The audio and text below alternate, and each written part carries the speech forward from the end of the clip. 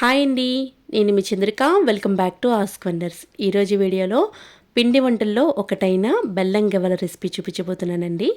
చాలా బాగుంటాయి, చాలా క్రంచీగా ఉంటాయి అన్నమాట. పాకం గట్టి పడిపోకుండా, అలాగని మరీ తీగ పాకం కాకుండా కరెక్ట్గా వచ్చేలాగా మీకు ఈ వీడియోలో చూపించబోతున్నాను. దానికోసం ముందుగా పిండిని కలుపుకుందాం. ఇక్కడ నేను మైదా పిండితోని చేస్తున్నాను అనమాట. మీరు కావాలనుకుంటే గోధుమ పిండినైనా తీసుకోవచ్చు. 2 కప్పుల వరకు మైదా తీసుకోండి. దాదాపు మనకి పావు కేజీ వరకు ఉంటుంది. అలాగే పావు కప్పు వరకు సన్నటి బొంబాయి రవ్వని వేయండి. ఇప్పుడు టేస్ట్ బ్యాలెన్స్డ్గా ఉండడం కోసం ఇక్కడ చిటికెడంత ఉప్పు వేస్తున్నాను. 3 లేదా 4 టేబుల్ స్పూన్ వరకు నెయ్యి వేసుకోండి. నెయ్యి కనుక మీ దగ్గర లేకపోతే బటర్ వేసుకున్నా పర్వాలేదు, అలాగే వేడి చేసిన ఆయిల్ కూడా వేసుకున్నా పర్వాలేదన్నమాట. ఇప్పుడు పిండిని బాగా కలుపుకోవాలన్నమాట. నెయ్యికి బాగా పట్టేలాగా పిండి మొత్తం స్మాష్ చేసుకుంటూ ఇలా గట్టిగా పిండిని నొక్కితే ఉండకట్టేలా ఉండాలన్నమాట. ఇప్పుడు నేను చూపిస్తున్నాను చూడండి.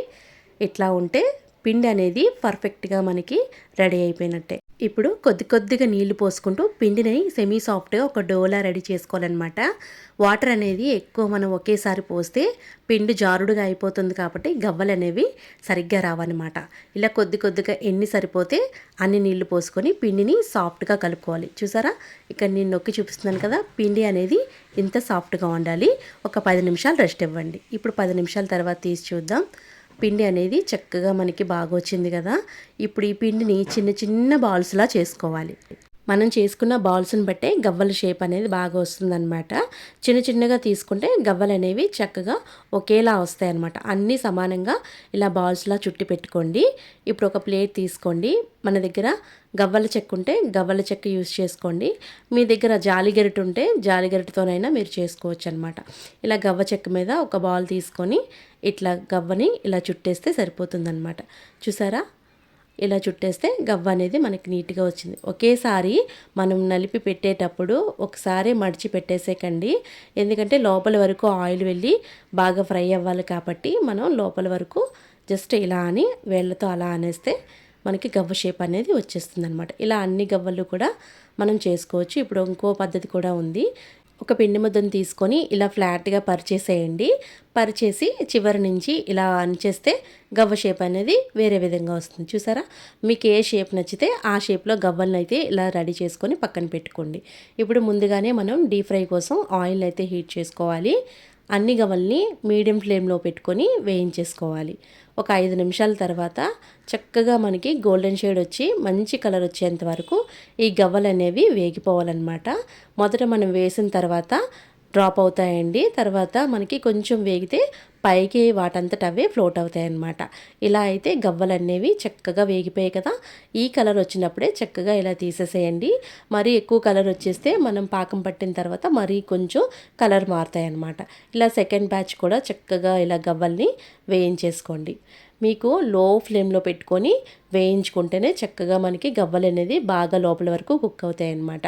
హై ఫ్లేమ్లో పెట్టారనుకోండి, ఫుల్గా కలర్ వచ్చేసి లోపల వరకు కుక్ అవ్వనమాట.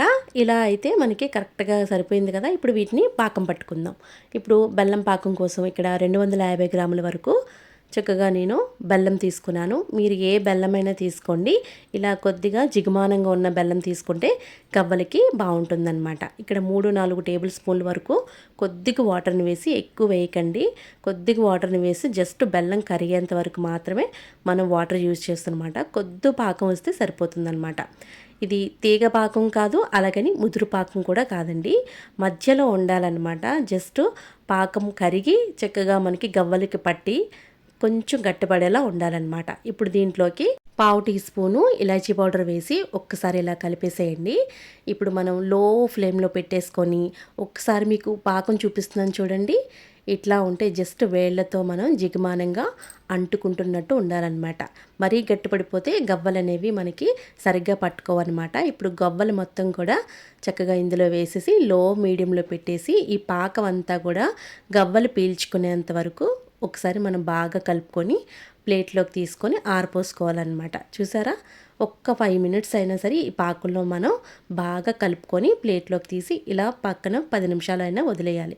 చూసారా, మనకి పాకం అనేది కరెక్ట్గా లోపల వరకు ఎంత బాగా పట్టుకొని గవ్వ అనేది ఎంత క్రంచీగా వచ్చిందో చూసారా. నాకైతే సూపర్గా వచ్చాయన్నమాట.